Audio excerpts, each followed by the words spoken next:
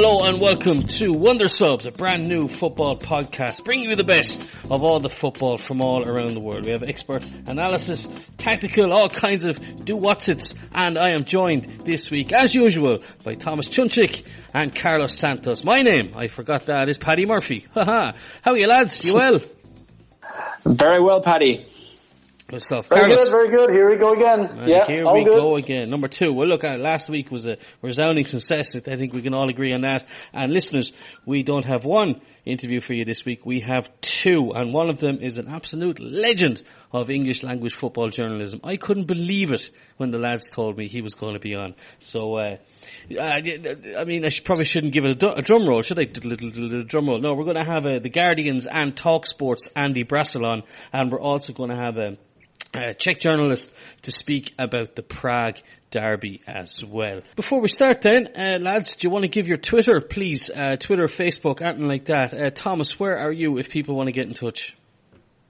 All the listeners can find me on Twitter. My Twitter handle is Tomas Cuncik, Thomas, C-U-N-C-I-K. And I'm also on Facebook the same way. Magic. Carlos?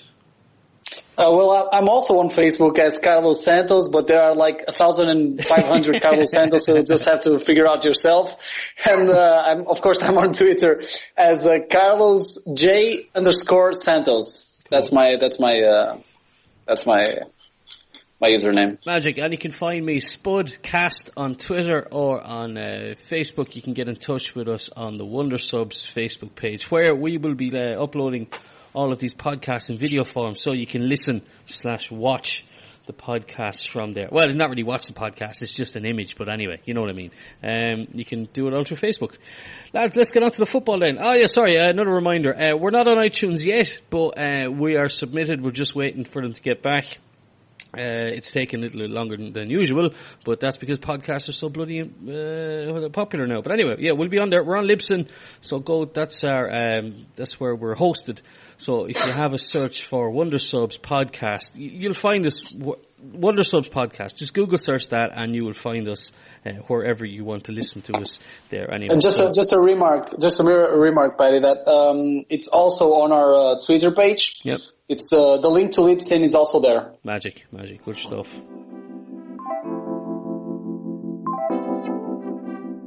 Right then, so let's get on to the football. Red Bull Salzburg, lads. Thomas, we'll go with you. What are they about to pull off?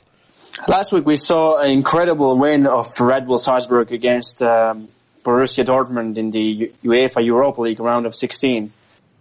But what's more incredible is their unbeaten run in the European competitions, which is now currently it's 18 games in their unbeaten run in the European competitions, which the whole run started on November the 3rd in 16 of course, away to Nice with a 3-0 win, and it lasts until now.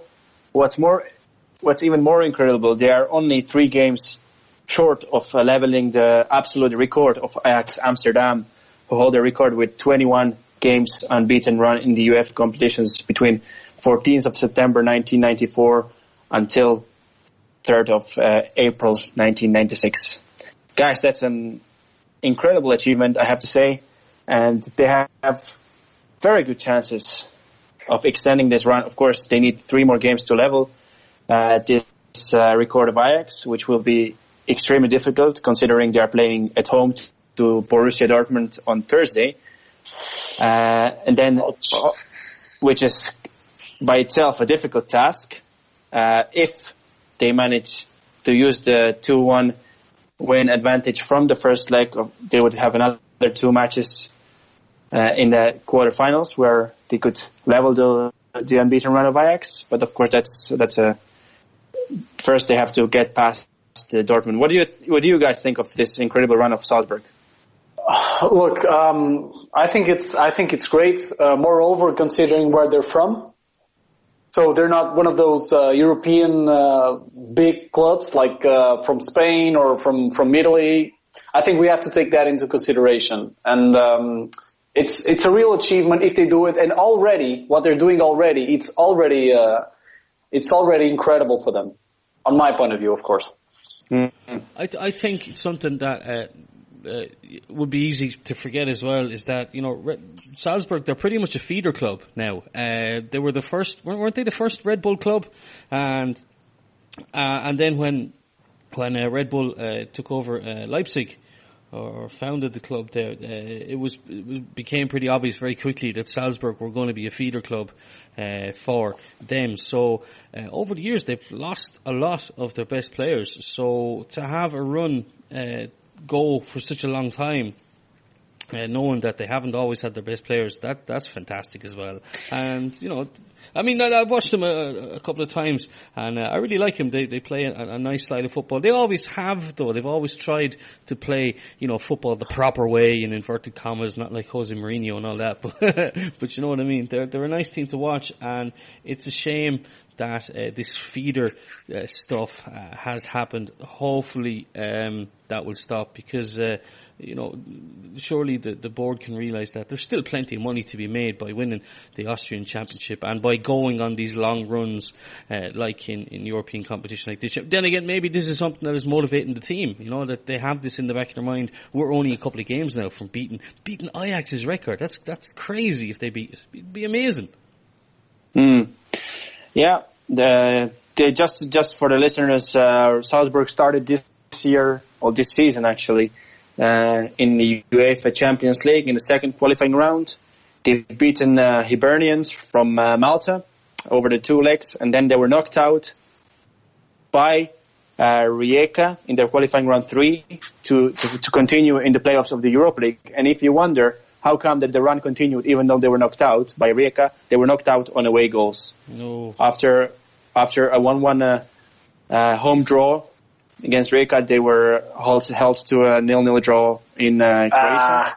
So that was quite unlucky. I saw 2 Salzburg's games in the Champions League. Well, both the only Champions League games they played this season, against Hibernians and against Rijeka. I was at the stadium.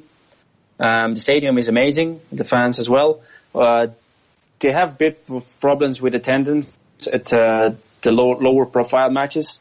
But in the matches like these that's coming up on Thursday against Dortmund and against the big clubs in Austria, they have a fantastic atmosphere, and it's a very nice club. By the way, the match against Dortmund on Thursday is sold out, and it's going to be a record attendance ever on the stadium.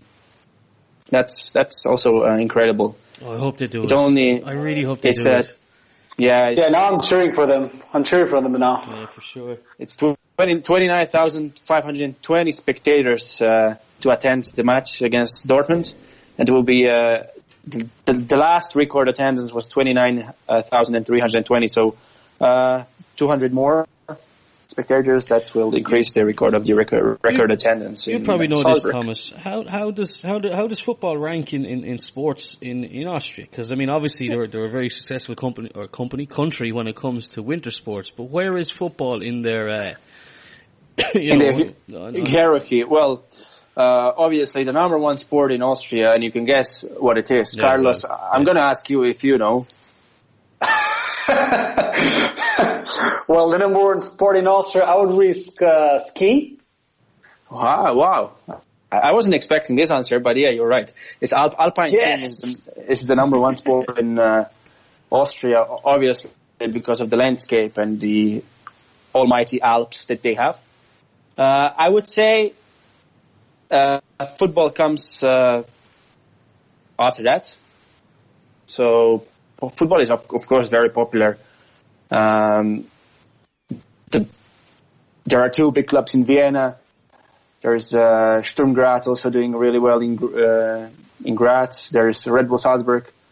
These are probably the biggest clubs in Austrian football. Red Bull Salzburg have been the most successful recently. They won last 4 championships and the cups, so double last 4 doubles.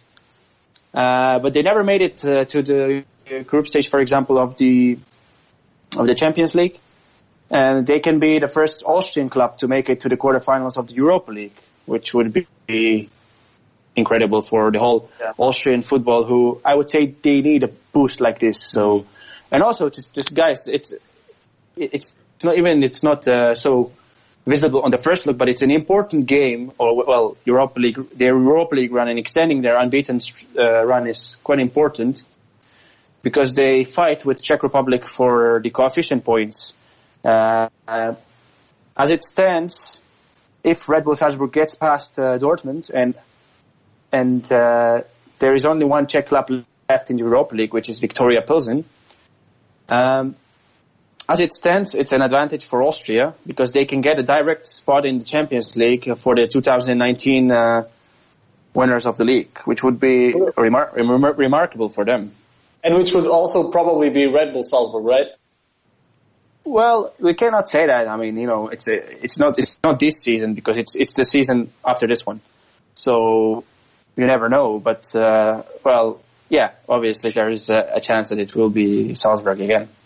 But let me just say this. I mean, whenever I see a team like Red Bull Salzburg play like they play, they don't play like they play like they are a team from Austria. They play like they're. Meow. It's true. I mean, I'm sorry, but it's true. I mean, they play at a very high level. Even when you see them in the European competitions, they don't look like a team from a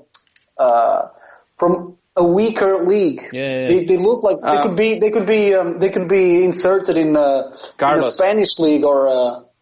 Carlos, how many matches of Austrian league you have seen? I've seen so many.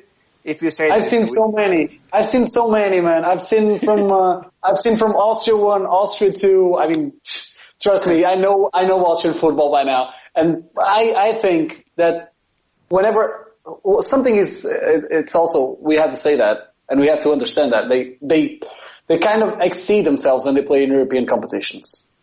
But at the same time, I think they could have the same level and play and finish mid-table in the, I don't know, in the French league, for example. And they would do a good job in the Portuguese league, for example, as well. So that's what I say when I say that they don't look like a team that's from a inferior league. I can agree in a way. They lack at some point during the season, domestically, I'm talking about the Austrian Bundesliga. They lack competition from the other teams, which in a long run is of course not good for the development. So these European ties are extra motivation, and they can play much better in Europe because they have to play better, and they are capable of it because they've got the quality in their squad. Precisely. Lads, I think it's a lot of people speak about it being a problem that in the big leagues that the best teams, they're so good. Like PSG run away with it, Man City have run away with it. Usually Juventus runs away with it.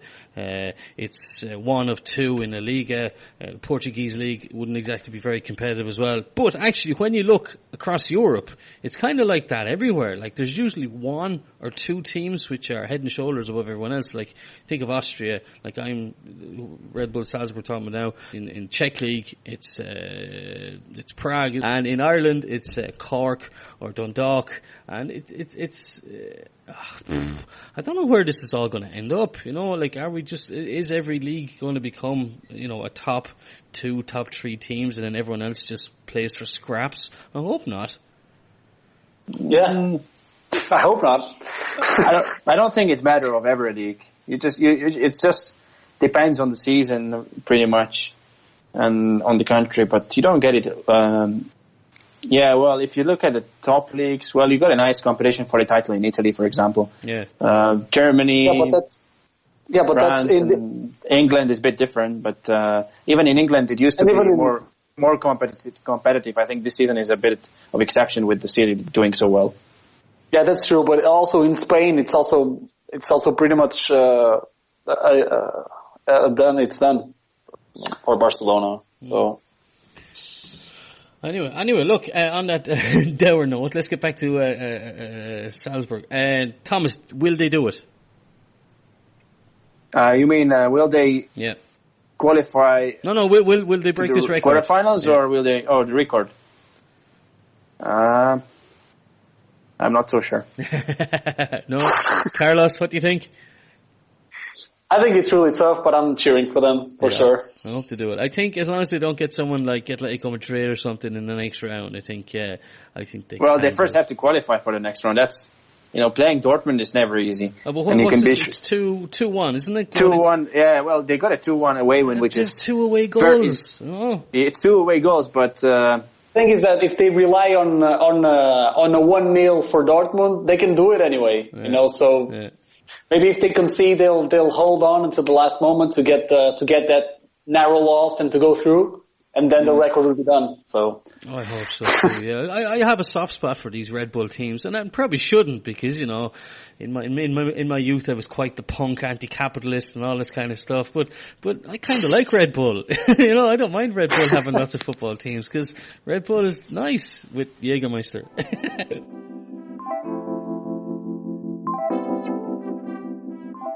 Carlos, you brought up something in our Slack channel the other day. And it was a photo, NBA and football comparisons. So tell the listeners all about this, please. Well, it's an account, an Instagram account I follow. I'm a huge NBA fan of NBA's history and NBA nowadays, and I follow a lot of NBA accounts. And there's this account called Hoops Nation. And they throw in this comparison between 4 very good football players with 4 incredible NBA players. So I was thinking to myself, okay, let's see this. Are they correct or are they not correct? At least in my opinion. And I was looking at the players were Ronaldo, Messi, Neymar, and Ibrahimovic. And I'm gonna start from the beginning with Ronaldo. Well, they say LeBron James is the same as Ronaldo. I mean, in comparison, when you compare both sports. And I totally agree with this. Totally. Because their physicality, their craft, their technique, their vision, their flair, I mean, everything. You can compare everything. You can put everything in the other sport. And then you'd see LeBron in Ronaldo.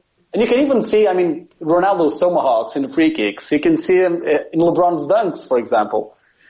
So this one, number one, I completely agree with Hoops Nation here.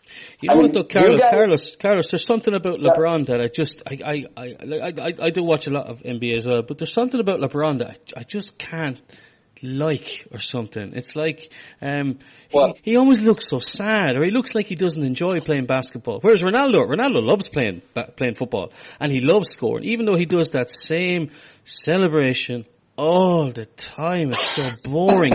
But, however, LeBron just looks kind of angry and stuff. Maybe it's because he has a beard like he's in the Amish or something. I don't know what the hell's wrong with him.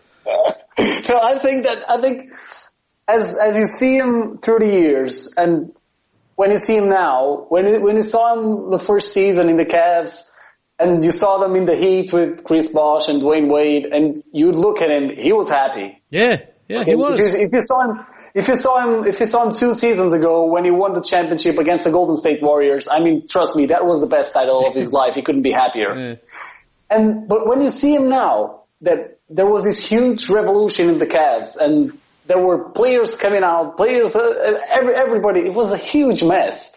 And everybody's on top of him right now, just saying, "Oh, LeBron can do it. LeBron can take another team to the conference finals." I mean, he's not happy because everyone's against him. Yeah. I'll give him a discount there, man.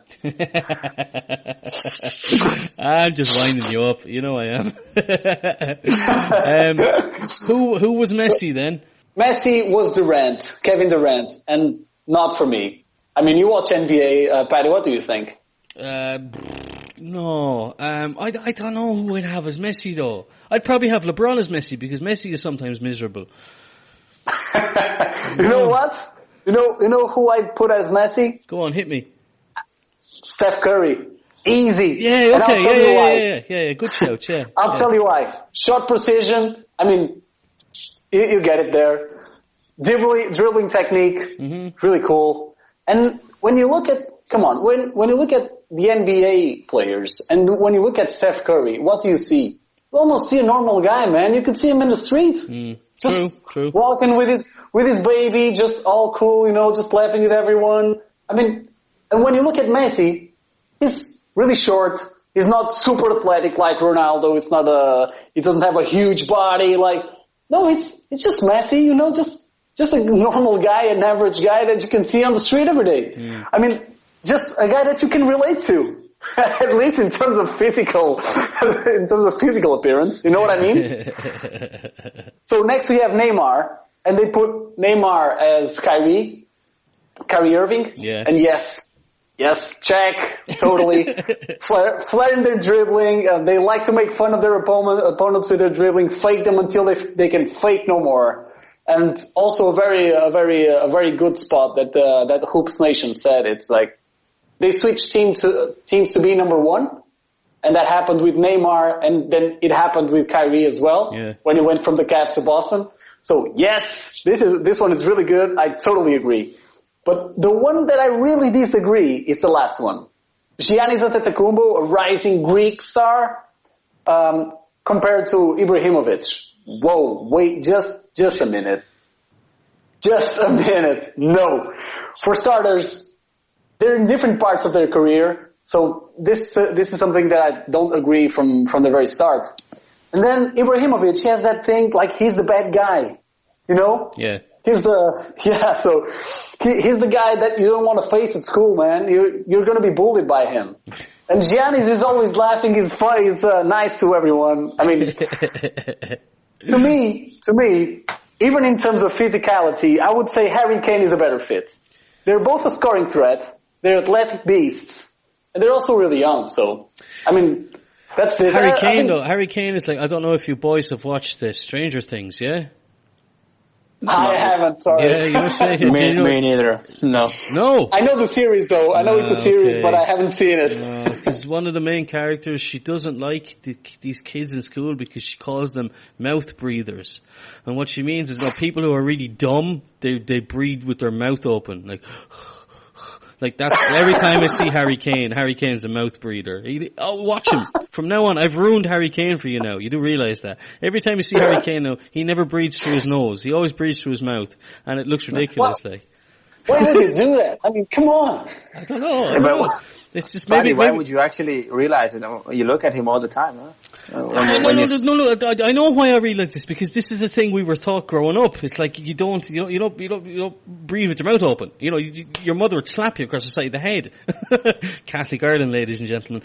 Anyway, Carlos, I'm going to test you on someone here then. So, who would be the football equivalent of James Harden? Now, James Harden, if you don't know NBA, he is the guy with the big, massive beard.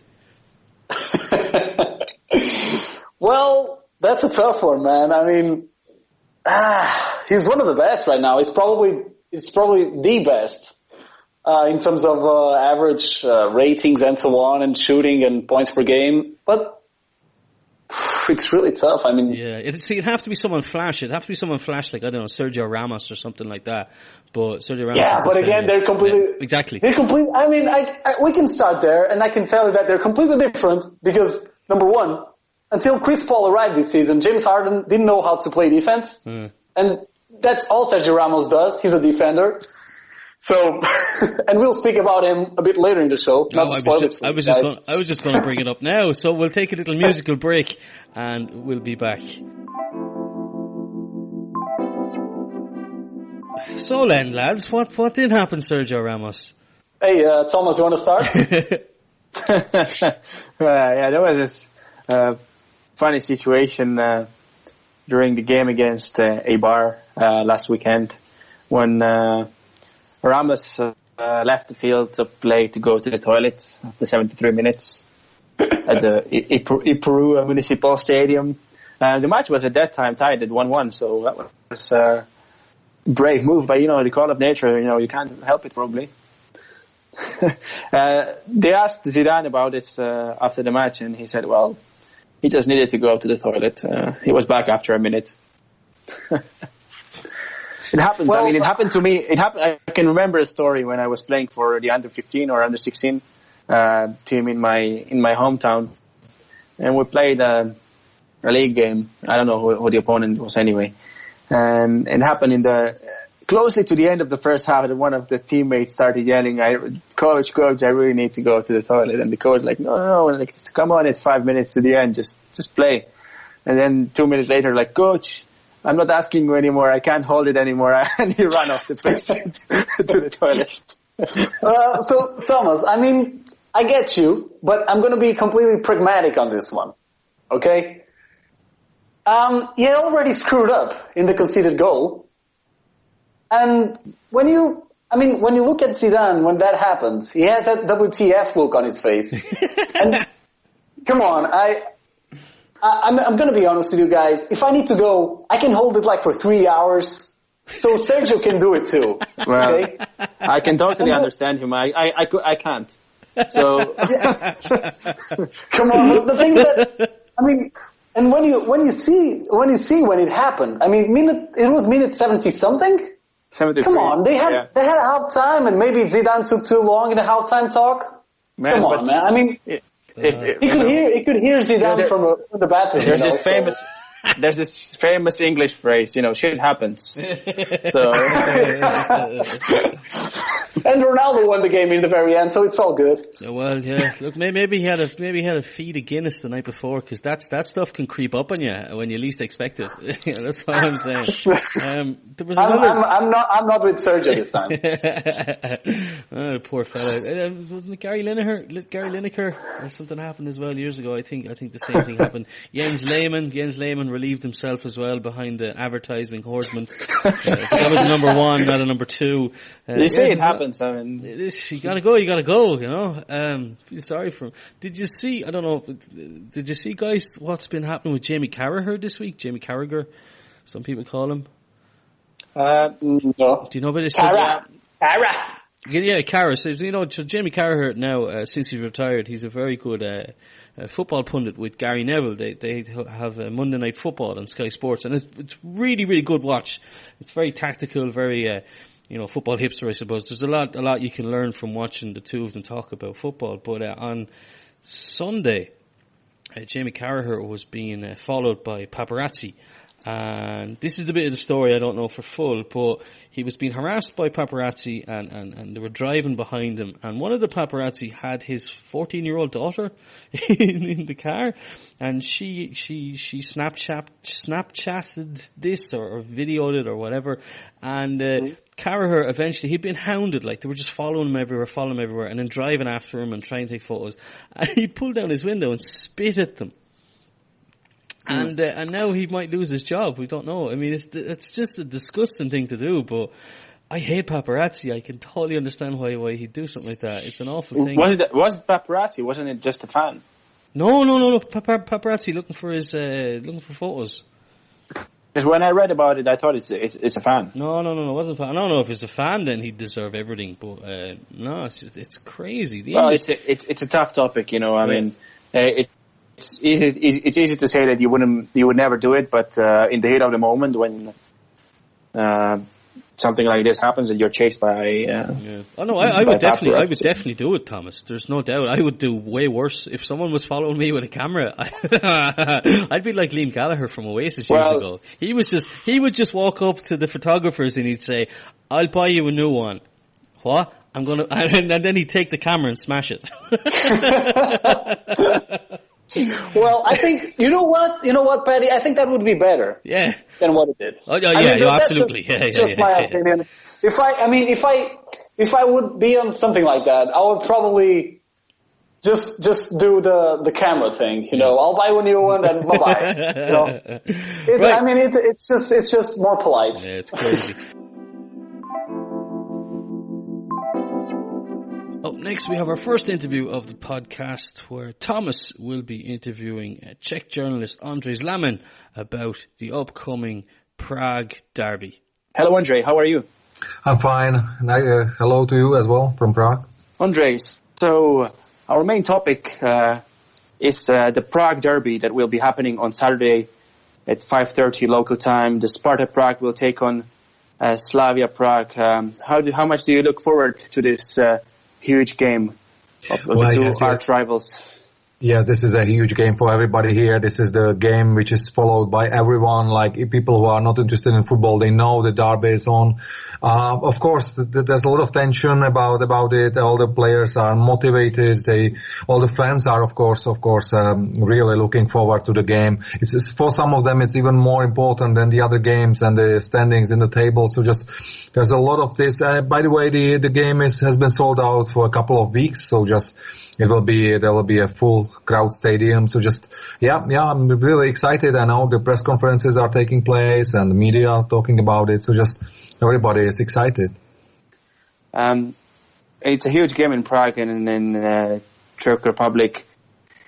How would you compare this derby to maybe some other derbies around the world? So just our listeners from different parts of Europe can compare to maybe some of their local derbies. The first one was the first big game. This is a 120 years tradition. So it's like big derby. This for us is like Orphan Derby in Scotland or something. Everything. It's like for the Czech Republic, Sparta against Slavia. Like half of the population, half of the fans is divided. They are always divided. Half of them support Sparta. The other one, Slavia. Even if you support Plzeň or support Olomouc or Liberec, you still have a little edge, and then you are for Sparta or Slavia. Like all the nation is divided into two halves. So it's like a big game, like everywhere in the world. Let's talk a bit about the teams. We know that Sparta Prague, they changed their coach about a week ago when Andreas Tramaccioni was fired, and he was replaced by Pavel Hapal. What is the current situation in Sparta Prague ahead of this derby? First of all, both of the teams, both Slavia and Sparta, changed coaches. They made a managerial change, but Slavia did it during the winter break. So the new coach Jindřich Trpišovský had more time to settle down and introduce his system of work during the winter break. So that's the first thing I would say. Of course, yes, Sparta, it's a very fresh change. Andreas Tramaccioni changed Sparta. He brought to the team a lot of foreign players of a different nature. They had to settle down, and then now he ended his job. He was sacked. So for Pavel Hapal, it's a hard time. He had just one away game, which Sparta played after 3 days since he was in charge, and he didn't do very well. They drew in Karviná after 70 minutes. They lost concentration, and Karviná outplayed them, equalized. So he's still looking forward to his lineup. He is trying to settle down his system to make the right changes to the team. It's a really difficult time for Pavel Hapal, but he's a capable coach, and he had more time now to prepare for the derby. So he might probably opt for some more of the Czech players who have the experience with the derby game, with the tension. He might be able to do something with Sparta now. And by the way, all the players that came to Sparta now, they are very, very capable. They are skillful players. There are some of them capable to be the heroes of the game and to decide the game with a good scoring, like Stanciu from Romania, the midfielder. There's Ben Chaim from Israeli. There's Vatajelu, Kanga. There's a lot of quality in Sparta, and yes, these players will be also motivated, and for them, it's a very difficult moment in the league because they are now in the table in such a bad position in the 5th place that they are out of Europe now. And if you can imagine that last time, if I'm not wrong, last time Sparta did not qualify to Europe was 1982 season. Can you imagine how old this is a very long time, so just nobody remember, even some people even don't remember Sparta did not qualify. So for them, this is the key game. They have to go, they have to be successful. Let's now talk a bit about Slavia, a team that well. As you mentioned, there was this change of coaches during the winter break. Jaroslav Šilhavý was replaced by Jindřich Trpišovský. Despite that, we have to say that Jaroslav Šilhavý was doing well with the team. He won the title. He was on a 36-game unbeaten streak with Slavia. How do you see the changes that happened in Slavia during the winter break? Did it lead to positive changes after the winter break? I know we have only, I think, 4 rounds played after the winter break in the league, but how do you see generally the changes that happened there? Typišovský brought some players he knows from Liberec. He brought the defenders, Kudela and Pokorny to his defense, and he brought also Kolář, the goalkeeper, very experienced goalkeeper who is in top form now. The main change probably which is talked about is the system of the play. He is more self-confident. He is more he wants his players to be more offensive. He promotes more offensive style. But it's hard to say whether everything is positive. This is too short. We have seen just a couple of games, so just we will see. Probably the derby will show if all the changes were positive. Slavia, they handled the last game, the league game. They were 1-0 down, 75th minutes against a very ambitious side of Sigma Olomouc. But they could have been 3 goals down because they allowed very, very easy defensive mistake. After the defensive mistake, they allowed Sigma players to go on solo attack, and they didn't capitalize on that. They didn't take the chances. Well, so just there are some things. They turned the game around. They won it 3-1 after a big pressure. It was a festival of offensive actions, events, and they just almost just burned down. They lost the game 3-1. But Sparta, if they are capable to take those chances, to find the windows in the gaps in Slavia defense, this game could have a different scenario. But yes, Slavia now in a positive mood, and even the Czech national team coach Karel Jarolím today, he said at the press conference that he thinks that Slavia are favorites, which is very strange because we always say that the derby has no favorite and Slavia are away team, but still the people think now Slavia in better mood, in better form, fluent game forward. There's one thing you are going to ask. It's about who is going to score the goals. In Slavia, Milan Škoda is in a good form. He scored against Olomouc, and he seems to be like easygoing, enjoying the games. While Sparta is struggling to find the right man to be the finisher, to be the forward. Like Lafata, his role in the team is now questioned. He's a legend of the club, but his contribution to the team in the recent games was not that perfect. Hapal came up with a solution that he returned him to the lineup. He also he was substituted by Lukáš Juliš. We don't know. This kind of question mark is there. Who is going to be up front for Sparta? Let's just remind our listeners that Sparta are currently lying 5th in the Czech league table with 34 points, while Slavia are on 2nd place with 41 points. So for Sparta, there's probably more pressure because they need to start collecting points to get back to the European spots. Also, Slavia won the first derby in autumn 2-0. Okay, my final question for you, Ondrej. How do you see yourself personally this game going? Yes, Tomas, yes. I wanted to mention that before, but both of the goalkeepers, Nita, the Romanian international for Sparta, and Kolář in Slavia, in very good form. They could be key men for both of the teams. So I don't see that this game is going to be going to offer a lot of goals. It's not going to end up 3-3. It's going to be a very tactical game for Sparta. They might be very careful not to allow Slavia into the pressure.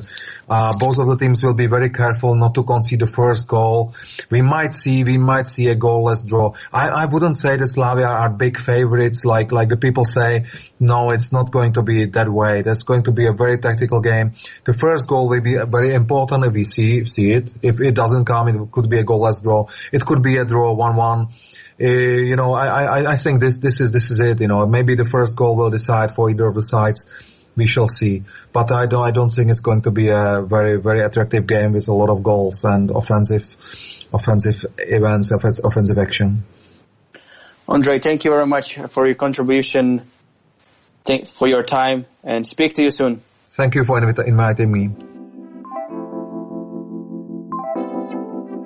Coming up, don't forget, we have an interview with Andy Brassell, a massive football journalism hero of mine. I can't wait to get talking to him and for you guys to listen to it as well. But we have a couple more things to talk about.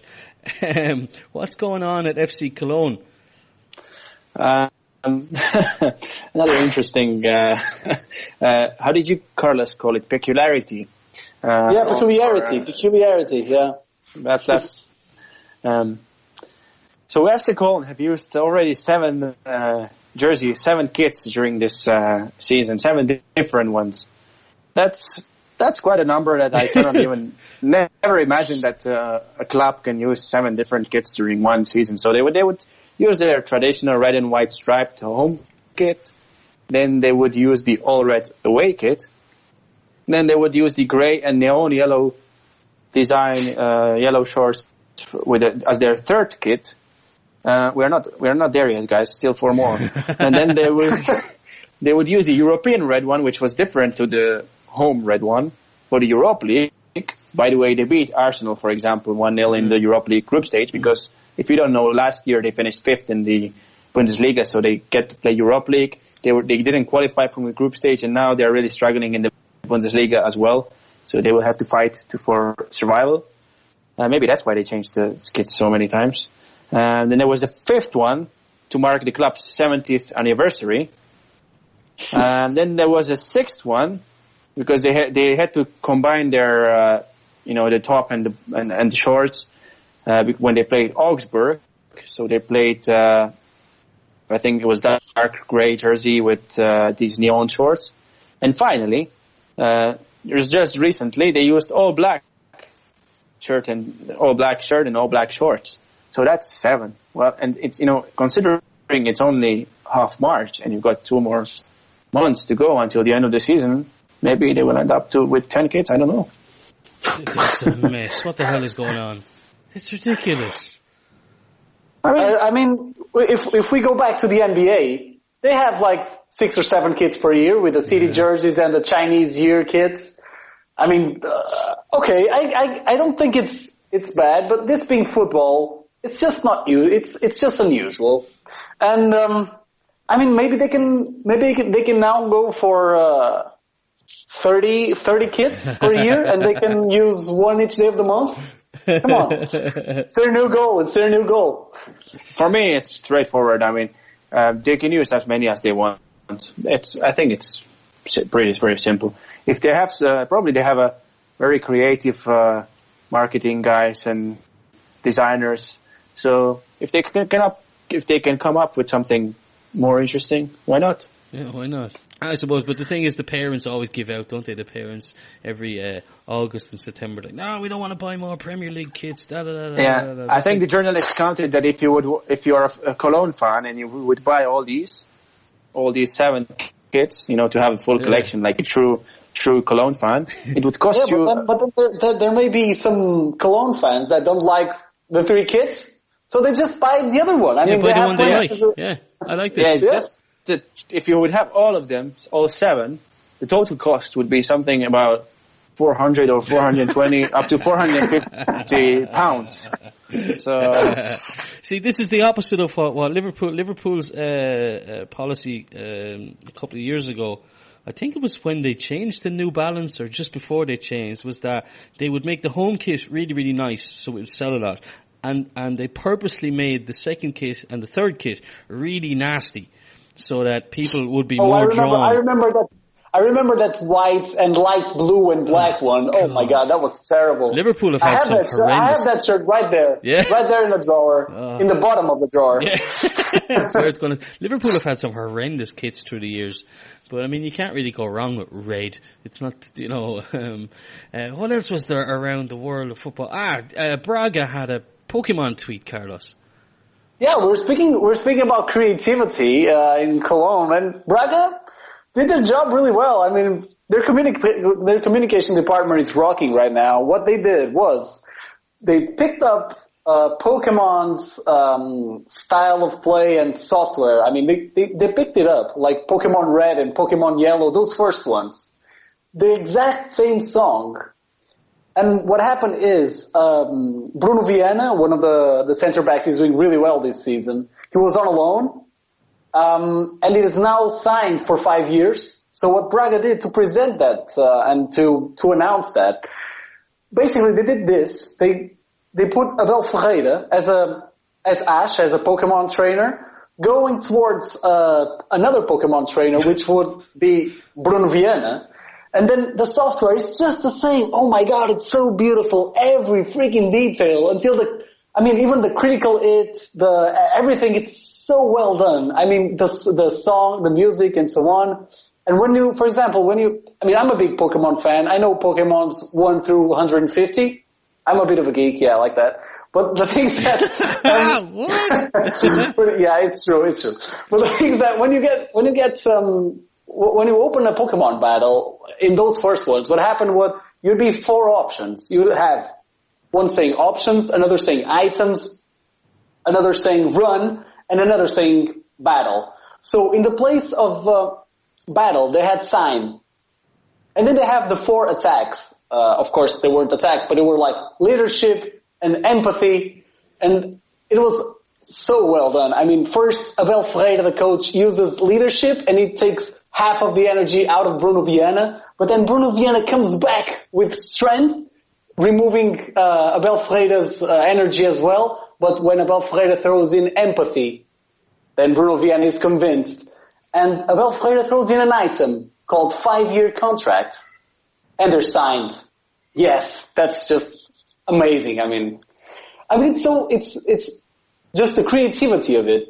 I didn't see any club doing this right until now, and it was just a brilliant idea. I mean, everyone in my age that are more or less my age that play Pokemon, they were delighted by this because every small detail was perfect. So.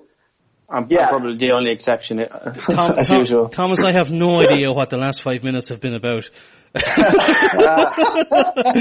we just learned that. I mean, this part, I mean, I saw it on the social media, so I know what he's talking about. I've seen the video, but I still don't know what. But what? I have not played Pokemon either, so even though I'm even a bit younger than Carlos, so I think I'm just not the perfect target group. Pokemon was quite popular. Call me a geek. I don't care. I'm a Pokemon fan. I'm a Dragon Ball fan. I mean, that's it. Pokemon was quite popular when I was in university, all right, but it was with a certain type of student who didn't go to school a lot and would also listen to a lot of Bob Marley. I'll put it that way. That speaks for itself. But I'm showing my age. I'm much older than you boys. Right, look, lads, that will finish us for our main section of the podcast. Right now, we have our interview with Talksport and Guardian journalist Andy Brassell.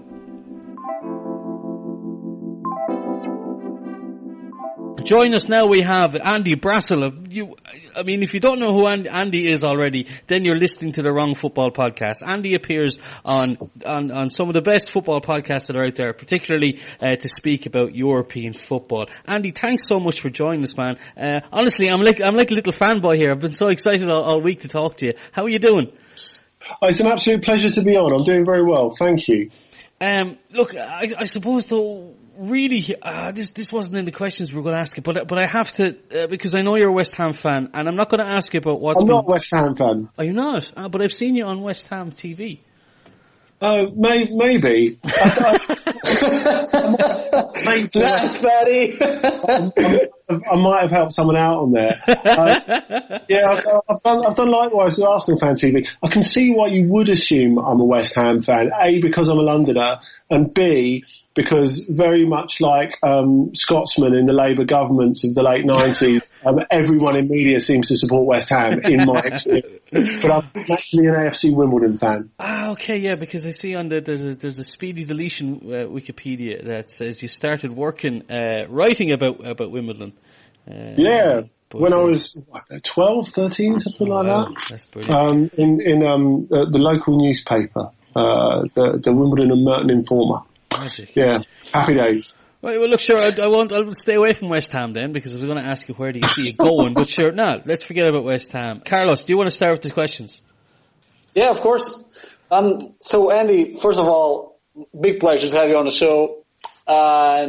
Big pleasure to hear you again, man, after so many years. It's been a while, hasn't it? Yeah, it's been a while.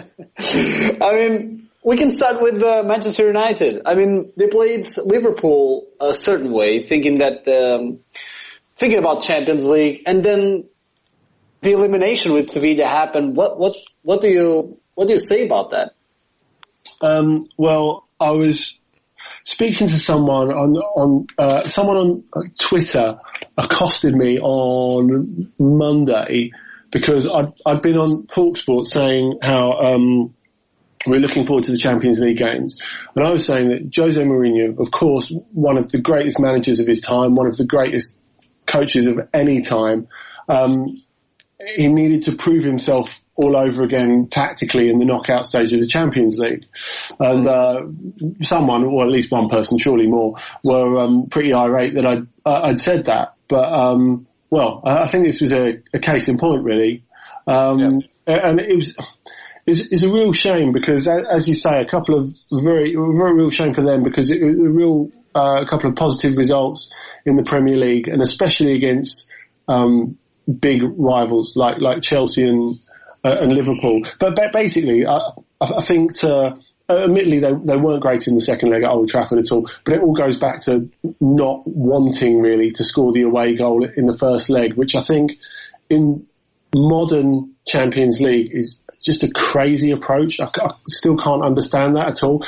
And basically, it just became more of an issue in their minds, I think, as the game went on. And, you could see the panic setting in, and especially in the moments after Vicente Ben Yedder scored the opening goal. And, that's where it all fell apart. And they conceded the other one pretty quickly with an uncharacteristically bad bit of defensive play. Yeah, I mean, I saw them playing a bit too passively.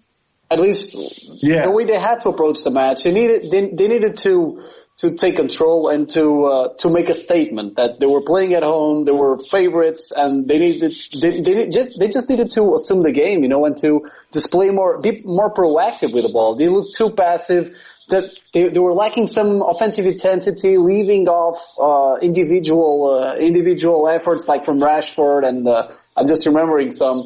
And then when Ben Yedder he comes in, and that's what Sevilla was needing, the proper striker that could finish. Yeah. Then Mourinho makes the two substitutions. I think he brings on Mata and Martial. And I mean, it didn't really change much of what the team was before. So I think you hit the one on the head there, really, Casual, because it's just the fact that what you were saying about individual efforts. That's what it felt like, individual efforts, not collective efforts. And that was the real problem. I mean, everyone's talked until they're blue in the face about how much money United have spent, and obviously that creates an expectation of its own. But you just still feel that they have improved since last year, definitely. And, I think you can see that by where they are in the Premier League, the points they have.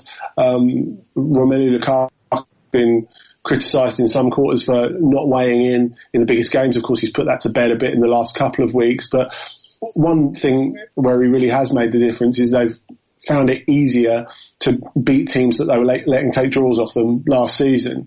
But still, you do feel they're playing with the handbrake on a little bit.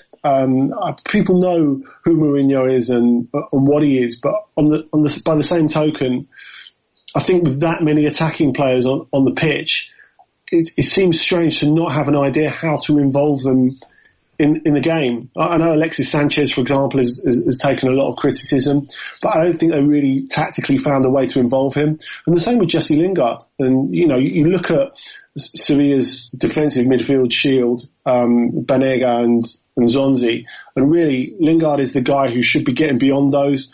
Banega, who's the only one of those two who really likes to regularly make tackles, he got booked after 5 minutes, so he couldn't really make any tackles afterwards. And yet still they couldn't find a way to get Lingard in behind the back of the defence. There's one chance in the second half where Sergio Rico made a good save, but that was it, and that I think was a disappointing thing from a United perspective. I was watching the Irish coverage, excuse me, last night, and Graham Souness was on it, and he was fuming after the match, and he was saying that he thinks that the big stars there at United, they've not bought in to Mourinho's way of playing, and it kind of makes sense in that, this whole Mourinho every 3 years, that's how long he lasts, and in the third year it's just a disaster. And you can't call it an unmitigated disaster based on one result. Okay, they lost, it's a bad result, but it's not the end of the world. However, his point was that you could see from the body language of the big players that it looks like they're not buying into this. And especially, you made a point about Sanchez as well. Sanchez has come in on this huge money, huge transfer, and he just looks like, nah, I don't want to play this type of football. Yeah, I mean, on one hand, he knew what he was getting into. Surely, I don't think what Jose Mourinho does is particularly a secret. The problem I have, and we know that Mourinho thrives off conflict in a way, and I think in the end he was worn out by the Real Madrid experience as much as all the players were, and it was incredible that he held on there so long and he ended up winning what he did. But picking a fight with Paul Pogba, I think, is really unusual, and it's not great in the way that Manchester United want to build. I mean, going back to where Carlos was talking about individuals, Pogba is, of course, probably the biggest of those individuals. And when you look at not just football, but all sports, individuals are becoming as important as collectives. And I think you've got to respect that when you're a club that talks in the terms that Manchester United talks about, oh yeah, well, when we joined Twitter, we got these followers this quickly, and when we trailed the Lukaku signing on YouTube, we got this amount of views and all the rest of it. So for you to go from that to then Mourinho going, well, I just haven't picked Pogba because I don't think he's the right person to pick at this time. That's not really good enough. He's not the right coach to not just create exciting football, but protect the brand, protect the players' brand. And, United have bought players depending on marketing opportunities as much as how they'll fit a system or anything like that. So that seems a weird anachronism to me. And his comment his comment then after in his press conference when he said, I thought it was bizarre. Well, actually, I thought it was hilarious. I was nearly rolling on the floor laughing with my dad watching it. And he said that, I've sat in this chair before. Porto put out Man United, Real Madrid put out Man United, and it went back to the Irish studio, and Souness just went, this is distraction. And which I thought was brilliant. So, but what a weird way to distract. Like, he's making fun of his bosses. What a weird thing to do. It is really unusual. And as well, I suppose another thing he did there, I mean, is unusual and ridiculous anyway. But then it makes you think of Porto in 2004, and you think, yes, been a while since we've been really thrilled by something Mourinho did. That's a long time ago now. And like I said at the beginning, you've got to have every respect for what he's achieved as a coach. He's done incredible things. But I was having a discussion with a friend earlier on the Continent podcast, and we were saying, well, I was saying, if you look through the annals of history at the greatest coaches to ever have been involved in the game, there are very few of them who continue absolutely smashing it at elite level for more than a decade. And I think it's quite possible that we're entering the point, not that he's become a terrible coach or anything like that, but that the game has moved on and maybe he's not going to be an elite coach for much longer. Hey Andy, let me just go back a little bit because I really need to say this, is that when you were speaking about individuals, I think there's one player that I'm sad to see him play like this, which is Lukaku. So in my opinion, I mean, forget it, it's a fact. So Mourinho is using him as a physical guy that holds the ball, plays with his back to the goal. Of course, he can turn around and make a really good shot like this, Yeah. But the thing is that he's just using him as a physical guy, and he's much more than that. You could see that in Everton. He had the technique. He could do much more than that. He could cover a bigger area of the pitch. But it's just limiting him and limiting other players. So that's what I really need to say that. I couldn't agree more. And I think, it's extraordinary when you bring in a player for that amount of money and then you use him in that quite reductive way. And when we were talking about him before and that reputation he's had this season of not weighing in on the big games, well, a lot of that has been to do with United's tactics. I think, it's something that was talked about in France earlier this week, actually. It's a conversation that's been had all over Europe, and I suspect it's the same in Portugal as well, that people are saying, oh, well, Lukaku doesn't score in the big games. And you think, well, how many opportunities does he have? What sort of role does he play? I might be a bit controversial here, lads, with my Lukaku thing. I think Lukaku's a bit like, you aren't going to like this, a bit like Higuain in Serie A. He's a player who will smash in the goals against the lesser sides, but against the bigger teams, then you kind of rely on your smarter players, if you know what I mean, not your battering rams who will score against Crotone and Southampton and all. Maybe I'm completely wrong. But that's the thing. I think that's the thing. There's a body of statistical evidence to point in that direction. But at the same time, Paddy, and I do say this with knowledge that Lukaku, for example, has, I think, been important in recent games. I mean, he didn't score against Liverpool, but he was huge. Yeah, he's hugely important in that game. I think with both him and Higuain, I mean, it's different with, say, Marcus Rashford, who I was talking about yesterday, is like his clutchness. He's like, I don't know, if you want to talk about basketball, he's like Damian Lillard of the Portland Trail Blazers. He will go to another level when the challenge is a little bit higher. But actually, you need to win all those other games to put yourself in the position that those big games matter as well. Sure. So we're always reducing where the importance of when Higuain scores against Udinese or Chievo, or when Romelu Lukaku scores against West Bromwich Albion or Southampton or whatever. All the goals count, and they're all important if you're building towards winning a trophy. You see, this is one of the differences that kind of annoys me about the differences between, say football and like American football. Because in American football, or basketball as well, everyone knows what the roles are for those people. So like if I was to say to an American football fan, and I was telling them about a type of player like Higuain and Lukaku, they'd be like, oh yeah, I know exactly what you mean. But because we're kind of biased and we want our strikers to be like Georgie Best and Bobby Charlton and all these great players who we can, think of instantly, and Ronaldo and all this, we think that they should be world beaters all the time, but they don't have to be. Like, we all remember Ole Gunnar Solskjaer. He was happy to play on the bench, come on, score 1 or 2 goals, and that was it. It's guaranteed 3 points every time he played. I don't know, I think some players, maybe in their mindset, they need to rejig how they think and say, right, this is my role, and just kind of buy into it. Sometimes. Don't you think, lads, don't you think it's kind of down to us as football fans as well? I kind of think the fact that for sure, so much football is available to all of us now. Obviously, like when I was a kid, you couldn't watch any games really from across Europe. If you're lucky, like the European Cup final would get shown on television, and that was it. And now you have, I sound like an old man saying this, but you have an incredible range of football from all over Europe and the world at your fingertips.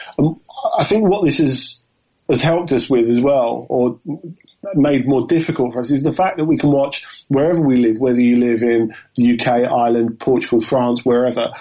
You can watch Cristiano Ronaldo and Leo Messi every week. Yeah. And we've almost become desensitized to their brilliance. Yeah. And they are 2 guys from another planet.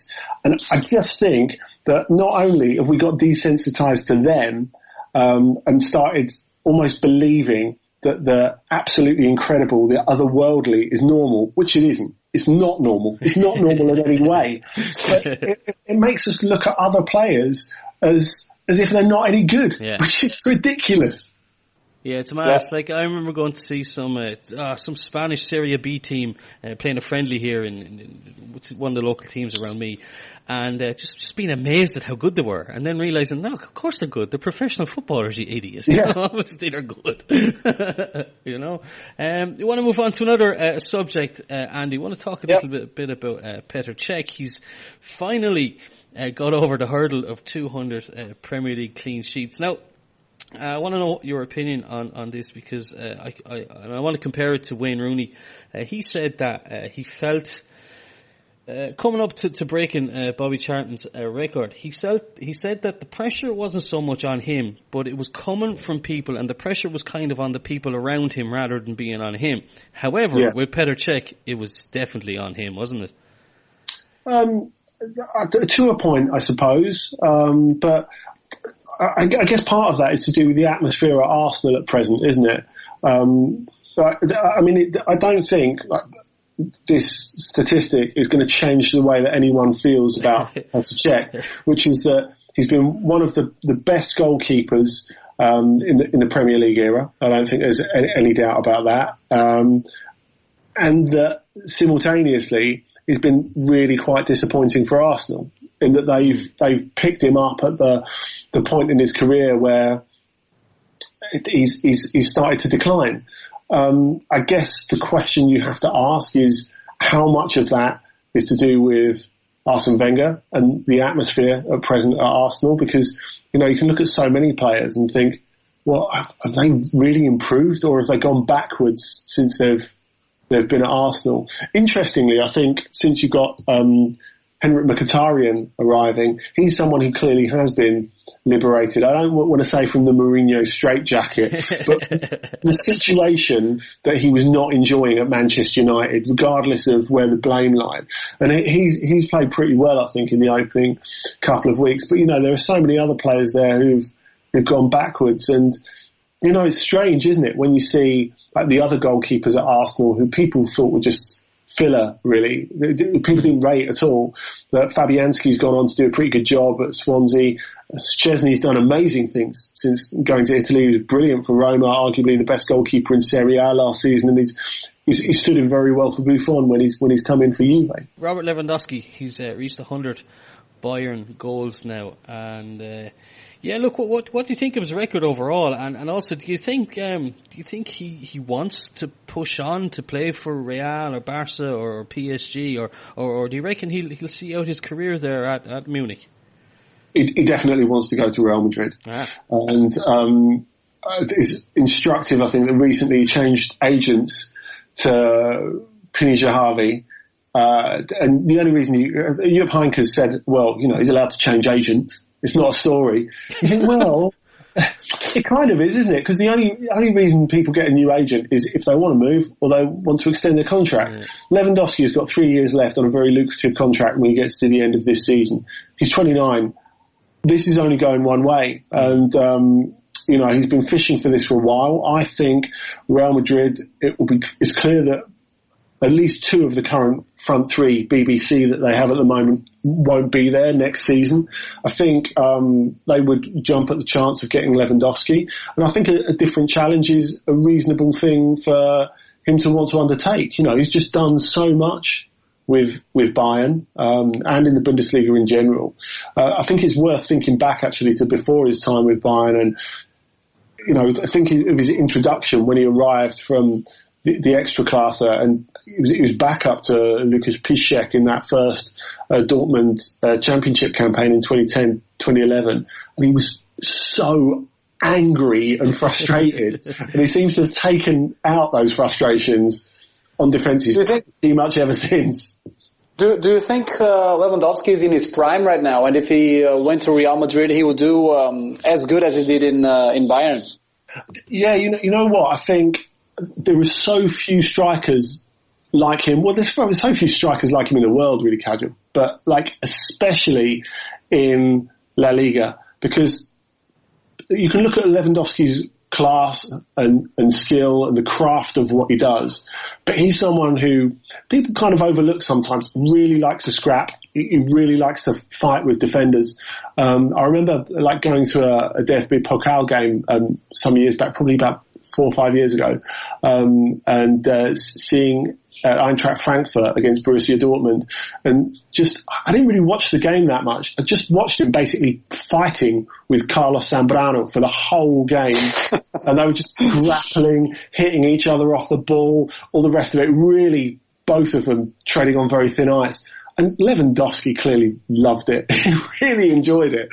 And, that's a huge part of his game as well. But because he fulfills so many different roles, because he's someone who can be a target man, a chief goal scorer. He can work with back to goal. He can have the ball in front of him. He can be a linking player. He can drop deep and help create as well. We often overlook that part of his game. So he would add something totally new to Real Madrid. I think the big question is, well, there are two really. A, how to buy and replace him, because there's no player quite like him. And B, how does he coexist with Cristiano Ronaldo? Two good questions. Which I'm not going to answer. I don't know the answer. I haven't a clue. I say it's tough to do it. It's tough to coexist with Ronaldo. Yes. It's really tough because as time gets by, Ronaldo gets more and more into the box, and instead of giving depth to the wing. Yeah. So it's just it would maybe get too crowded in the box, and someone would have to sacrifice their game. I think that's what would happen, but we never know. I guess can we just suggest, just for instance, Cristiano Ronaldo to Paris and Edinson Cavani back on the wing again? Yeah, let's do it. It can happen. It can happen. We never know. It's Ronaldo. It's he's getting to the end of the career, so I never know. What I find amazing is that these guys, and Lewandowski's 29, as we were saying, I feel like you that not only is he still in his prime, but I think there's a fair bit of it to come.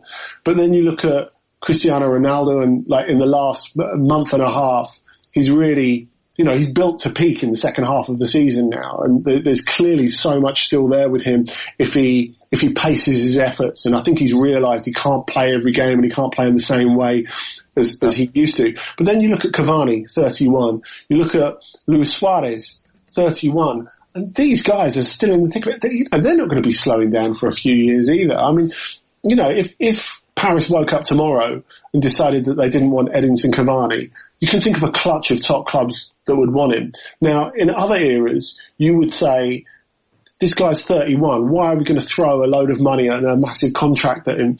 And now I would say, well, why wouldn't you? Because these couple of guys that we were talking about, they're some of the best strikers in the world, and they would improve pretty much any team. And it reminds me of something that Aris Adolif said last year. He gave an interview with L'Equipe, and they were saying, well, how is it possible that you're getting still better when you're like 35? He said, well, logically, medical technology is getting better as time goes by. Dietary information is getting more nuanced as time goes by. So realistically, if I can maintain my physical condition as I get older, obviously I'm going to be a better player because I've got more experience. Andy, to change the subject then from football, I want to talk a little bit about kind of modern football journalism and podcasting in particular. Because look, I know you from, excuse me, I know you because you're you have your own European football podcast on Talksport with Mark Coombs. I know you appear regularly on the Guardian's Football Weekly as well, and you're also on the European football podcast with the Football Ramble guys, Marcus Speller and Luke Moore, and Serie A expert James Horncastle is there as well. So look, I suppose I kind of have a couple of questions on it, and it's that, to be a modern football writer, do you need more skills than just being a writer? Do you need to be able to be a kind of broadcaster, a podcaster as well? And also as well, how has, in your opinion, and how has podcasting, football podcasting, I mean, how has it changed football journalism? No, I think those are two very good questions. And to go back to the first one, Paddy, I think it's not just football journalists who have to be multitaskers, and yes, you're absolutely right, they do. I think it's all types of journalists, and that's natural because the way we view and consume news is so different, and not just news, but entertainment as well, which is part of it, because of course people listen to analysis of football and watch analysis of football for their entertainment. It's their free time, and it's a big deal to them. I kind of look at the way my children watch television now, and they're 6 and 4, and they have like no grasp at all of the fact that I might want to listen to this program that's on the radio at 4 p.m. on a Friday. That's when the European football show is on Talksport to me, by the way. Or like, I'm going to watch Danger Mouse at 6:45 or whatever. They decide what they want to watch, and they're going to watch it now. So they watch it on iPlayer or Netflix or Amazon or whatever else.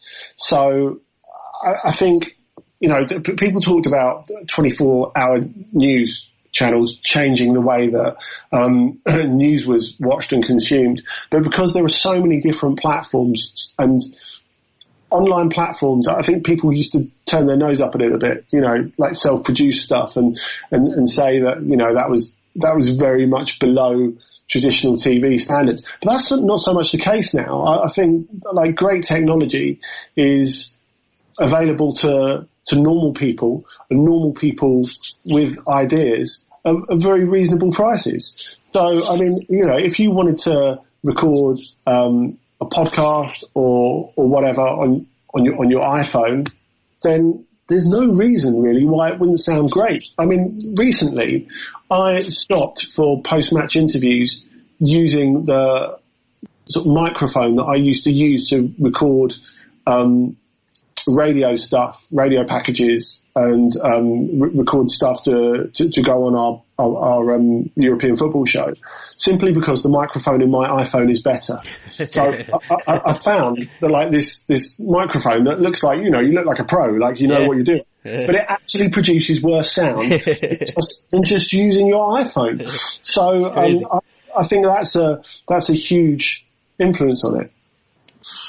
Andy, can I need to ask you some question, just one question actually about this, because we threw in a challenge to our millions of listeners, and I can't even tell you how many Ask Andy hashtags we had with questions for you, but I just need to go to one, which is from your buddy Nat Coombs. Which one of you, between you, Nat, and your producer Matt, would survive longest in Gomorrah? The answer to this is a very obvious one. It would be producer Matt. Oh, can you explain us why? Yeah, he's like totally indestructible. He looks very calm on the surface. Still waters run deep. He's got a plan for every situation. He really is, as they would say in Gomorrah, the immortal. Nice. Okay, thank you very much. Nice. Andy Brassell, thank you so much for coming on Wonder Subs. Look, I had a little bit of a fanboy moment at the start. I hope you forgive me for that.